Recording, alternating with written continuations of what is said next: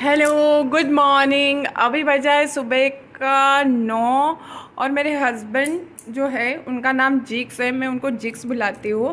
तो वो ऑफिस चले गए हैं, तो आप लोग समझ लेना, नेक्स्ट टाइम ऑनवर्ड्स मैं जिक्स ही बोलूँगी।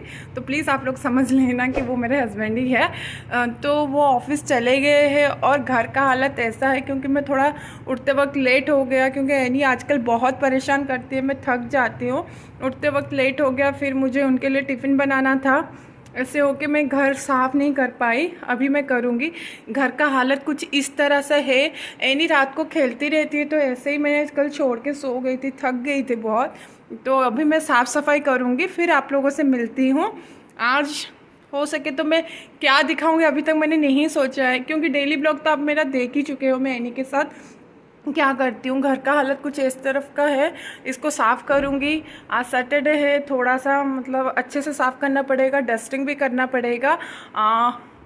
तो देखती हूँ वो दिखाऊँ या ना दिखाऊँ, वो समझ नहीं आ रहा है। नेक्स्ट टाइम आप बोलना कि मैं कैसे डस्टिंग करती हूँ, अगर वो देखना है तो मैं दिखाऊँगी, क्योंकि फिर आप लोग बोलोगे कि ये क्या सब दिखा रहे हैं।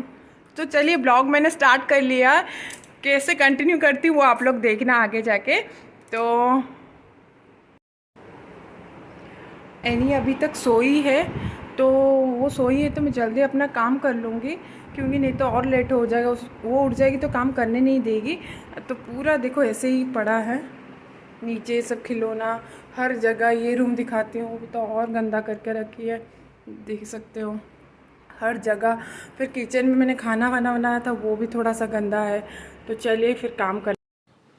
फिर मैं आ जाती हूँ लिविंग रूम से, अपना काम स्टार्ट करती हूँ। और मेरा पहला रहता है सोफ़ा से स्टार्ट करती हूँ, क्योंकि मुझे वही गंदा हो तो अजीब दिखता है। तो उससे कैसे कि मेरे यहाँ पे ना ज़्यादा धूल होता है, इसीलिए ना सोफ़ा जो है मेरा वो लेदर का है, तो वो उसमें कैसे अगर आप ना 2-3 दिन में डस्टिंग ना करो ना, तो उसमें एक धूल मतलब बैठ जाता है। इसीलिए ना मैं उससे कैसे कि 2-3 दिन में मैं सच्ची बताऊँ नहीं कर पाती हूँ, मुझे इतना नहीं हो पाता। तो मैं सैटरडे मेरा छुट्टी रहता है, तो मैं उस दिन क्या करती हूँ, थोड़ा साफ़ कर लेती हूँ। फिर उसके बाद एनी ने इतना सारा टॉयस इधर उधर करके फेंका था। और मैं हमेशा कोशिश करती हूँ कि एनी का टॉयस वैसे ही मैं रखूँ, क्योंकि वो जब नेक्स्ट टाइम खेले तो उसको वो पता चले ये खिलौना का सेट ये है। अगर मैं उसको पहले क्या करती थी, उसका जो ग्रीन कलर का बास्केट है उसमें पहले ना जैसे खेलती थी वैसे ही मैं उसमें डाल देती थी, तो मुझे लगता था हो गया उसका खिलौना, मैंने रख दिया करके। नहीं, आप लोग प्लीज़ वैसे मत करो। अगर बच्चे खिलौना खेलते हैं ना, तो उसके बाद आप उसको वैसे ही अरेंज करो जैसे वो टॉयज़ होता है। क्योंकि हो क्या रहा है उनको भी पता रहेगा इसका ये सेट है, उसका वैसा है। अगर हम एक साथ मिला के रख देंगे ना, उसको पता नहीं चलेगा कि किसका क्या है। और आप जैसे और वो टॉयज़ को ना आप वीकली एक बार साफ़ भी कर लो। मैं वही करती हूँ, क्योंकि एनी खेलती है। देखो अभी कैसे कि उसका जो मोंकी का सेट है, मैं अगर उसको वैसे नहीं रखूँगी तो नेक्स्ट टाइम जब खेलेगी तो उसको पता ही नहीं चलेगा वो कैसे खेलेगी।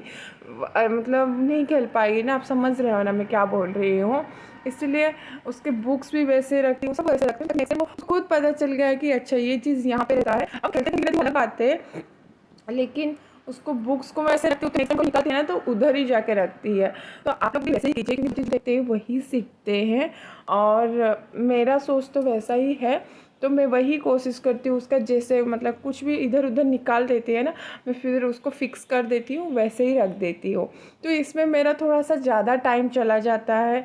और कैसे लिविंग रूम का जो बालकनी है वो ओपन रहता है ना, मतलब मैं खुला रखती हूँ, तो उसके कारण और डस्ट आ जाता है। अगर ना खुला रखूँ तो मतलब अजीब लगता है। तो फिर यहाँ पे कैसे कि पूरे तो बिल्डिंग बन गए हैं, लेकिन ये लोग जो मतलब मेरे जो सोसाइटी है और भी काम चल रहा है। बहुत बड़ा सोसाइटी है, उनका बिल्डिंग का काम चलता रहता है, कहीं पे कुछ ना कुछ तो ये लोग बनाते रहते, तो उसके कारण और मतलब डस्ट होता है।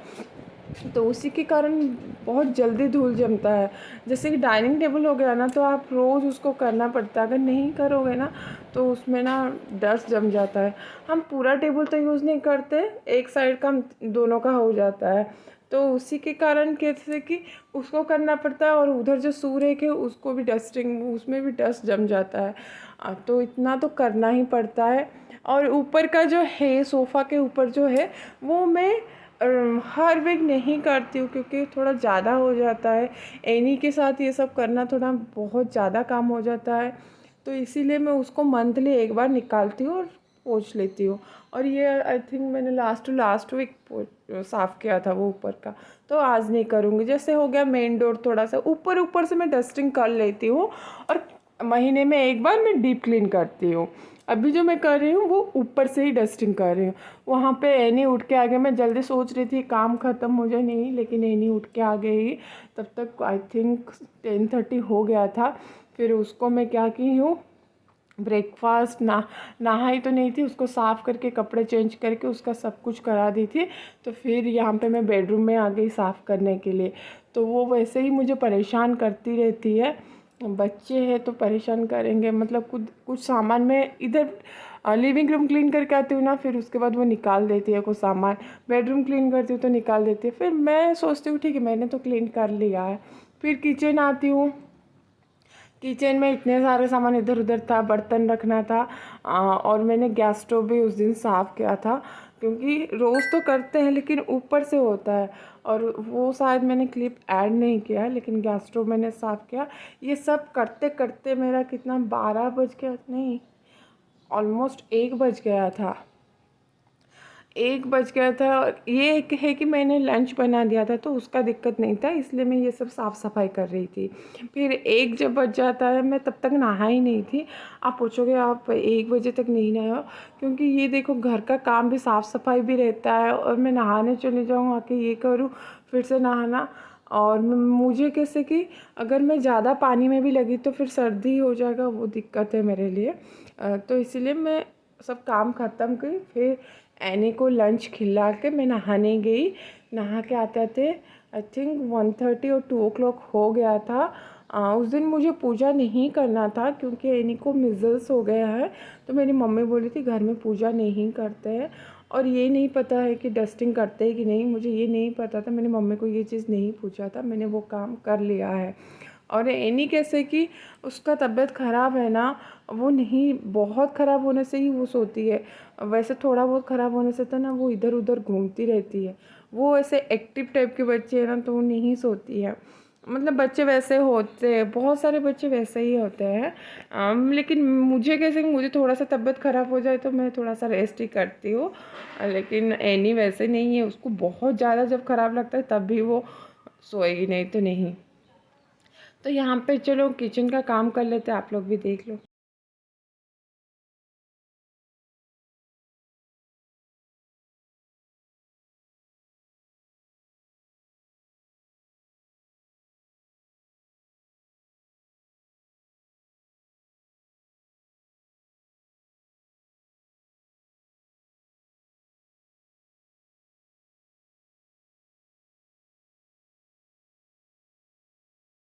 हेलो, सुबह से काम कर करके मैं थक गई थी, और आप लोगों को मैं अभी मिल रही हूँ।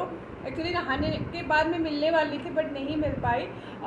तो क्या हुआ कि एनी को लंच कराना था, उसको लंच करवाए, देन फिर उसको मैंने सुलाया, एंड उसके बाद मैं नहाने चली गई। नहा के आई तो मैं भी थोड़ा सा लंच करके उसके पास सो गई थी। अभी एनी उठ गई है, उसको कुछ खाने के लिए बनाना पड़ेगा। उसको ऐसे एनर्जी टाइप का, मतलब कुछ फूड ऐसे देना पड़ेगा, हल्का फुल्का नहीं दे सकती, क्योंकि वो उतना अच्छा से खाती नहीं है ब्रेकफास्ट एंड लंच। ठीक है, बताओ। तो वही अभी मैं बनाऊंगी। किचन में क्या बना रही हूँ चलिए आपको दिखाती हूँ। वो बच्चों के लिए अच्छा रहता है, तो वही मैं बनाऊंगी। वो एक बोल रही, वो एक खाती नहीं है, लेकिन एक बोल रही है। और मेरे यहाँ पे फिर से पिंपल्स एक आ गया, यहाँ पे कम हुआ तो यहाँ पे आ गया, यहाँ पे कम हुआ तो उसको इग्नोर ही कर लेना। तो चलिए फिर बनाते हैं किचन में इनके लिए कुछ। तो यहाँ पे मैं किचन में आ जाती हूँ। तो मैं एनी के लिए रवा खिचड़ी आप बोल सकती हो, नहीं तो आप लोग उपमा बोल सकते हो, रवा उपमा। तो वही मैं बना रही थी, क्योंकि उसको थोड़ा अलग अलग खाना देना ज़रूरी है। उसको कैसे तीखा भी, थोड़ा सा तीखा तो नहीं था, मतलब मीठा मीठा खा के वो ये हो गई थी। तो मैं यहाँ पे रवा खिचड़ी बना रही हूँ। तो उसके लिए मैंने क्या किया था, थोड़ा सा रवा लिया था, उसको फ्राइंग पैन में मैंने फ्राई कर लिया, लेकिन वो फ्राइंग पैन बहुत छोटा था इसलिए मैंने ये कढ़ाई यूज़ किया। आप लोग इग्नोर कर लेना, कढ़ाई को मैंने बहुत साफ़ किया, वो ब्लैक ही है, तो आप वो चीज़ इग्नोर करना। तो कढ़ाई में फिर क्या करना, आपका रवा या सूजी जो भी है वो फ्राई होने के बाद आप उसको अलग रख देना। देन कढ़ाई में थोड़ा सा तेल लेना। यहाँ पे मैं सरसों नहीं ली हूँ क्योंकि एनी को सरसों इतना पसंद नहीं है, उसको जीरा है तो चल जाता, सरसों नहीं पसंद है, मैंने सरसों नहीं लिया, आप चाहो तो ले सकते हो। फिर ओनियन को छोटे छोटे पीसेस में चॉप कर लेना एंड करी पत्ता होगा वो थोड़ा सा डाल देना। फिर उसके बाद जो ओनियन आपने चॉप किया उसको डाल देना। और मैं यहाँ पे गाजर एंड बीन्स ली हूँ, तो गाजर को मैंने ग्रेटेड कर लिया क्योंकि वो कैसे मिल जाएगा तो एनी खा लेगी, और बीन्स उसको पसंद है, मैंने वो लिया है। आप चाहो तो कुछ और वेजिटेबल ले सकते हो, मेरे पास ये 2 था मैंने वही लिया। जैसे कि गोभी हो गया, तो एनी को गोभी भी पसंद है लेकिन मेरे पास था नहीं तो मैंने नहीं डाला, आप डाल सकते हो। अगर आप छोटे बच्चे के लिए बना रहे हो, 1 साल के बच्चे के लिए, तो आप प्लीज़ ये जो गाजर है ग्रेटेड रखना, बीन्स बहुत छोटे छोटे पीसेस में कट करना, और मतलब जो भी लोगे बहुत छोटे छोटे पीसेस में, जैसे कि वो अच्छे से बॉइल्ड हो जाए और उसको आप बाद में स्मैश कर सकते हो, तो उस टाइप का वैसे लेना। क्योंकि उन लोगों का कैसे कि वो पूरा प्लेन खाते हैं ना, तो एनी कैसे 2 इयर्स की हो गई है, उसका टीथ है तो वो खा सकती है, इसलिए आप वैसे लेना। फिर यहाँ पे मैं गाजर डाल देती हूँ, सबको ऐड करके अच्छे से मैं फ्राई करूँगी। फ्राई करने के बाद उसमें आप क्या करना, जब आप फ्राई करते रहोगे ना तो उसमें थोड़ा सा सॉल्ट डाल देना, क्योंकि उससे कैसे कि आपका सब्ज़ी जल्दी गल जाएगा। और कुछ टाइम के लिए ढक लेना, ढक लोगे तो वो बॉयल भी हो जाएगा अच्छे से। तो फिर ढकने के बाद आप 5 मिनट छोड़ देना, ताकि वो अंदर से देखो बॉयल होना भी ज़रूरी है ना, कच्चा नहीं तो रहेगा। यहाँ पे मैं हल्दी भी डालती हूँ, डालने के बाद ही मैंने ढका था, हल्दी डालने के बाद, वो बोलना मैं भूल गई थी। फिर जब थोड़ा सा 5-10 मिनट हो जाए तो इसमें कैसे कि पानी ऐड कर लेना, पानी ऐड कर लेना। पानी ऐड करने मतलब वो अपने हिसाब से ऐड करना, मैंने वो मेजरमेंट नहीं लिया था तो वो मैं देख के अंदाजे से डाल देती हूँ, मुझे आदत है। अगर नेक्स्ट टाइम हो तो मैं देखूँगी, मेजरमेंट आपको बताऊँगी। फिर कैसे कि उसको फिर पानी डालने के बाद उसको फिर पानी को बॉइल्ड होने देना। यहाँ पे एनी देखो कैसे परेशान करती है, वो हमेशा यहीं पे बैठती रहती है, और मुझे मतलब पसीना हो रहा था, वही मैं दिखा रही थी, बहुत गर्मी हो रहा है मुंबई में। फिर थोड़ा सा नमक तभी डाला था, और फिर और थोड़ा सा नमक अभी पानी डालने के बाद मैं डाल देती हूँ। फिर पानी जब अच्छे से मतलब पानी डालने के बाद आपके सब्ज़ी में जब उसे क्या बोलते हैं बॉइल्ड हो जाए ना, देन फिर उसमें रवा ऐड कर लेना। फिर यहाँ पे मेरा रेडी हो जाता है रवा खिचड़ी, रवा उपमा। और आज के ब्लॉग में यहीं पे एंड करती हूँ। Thank you so much for watching my channel.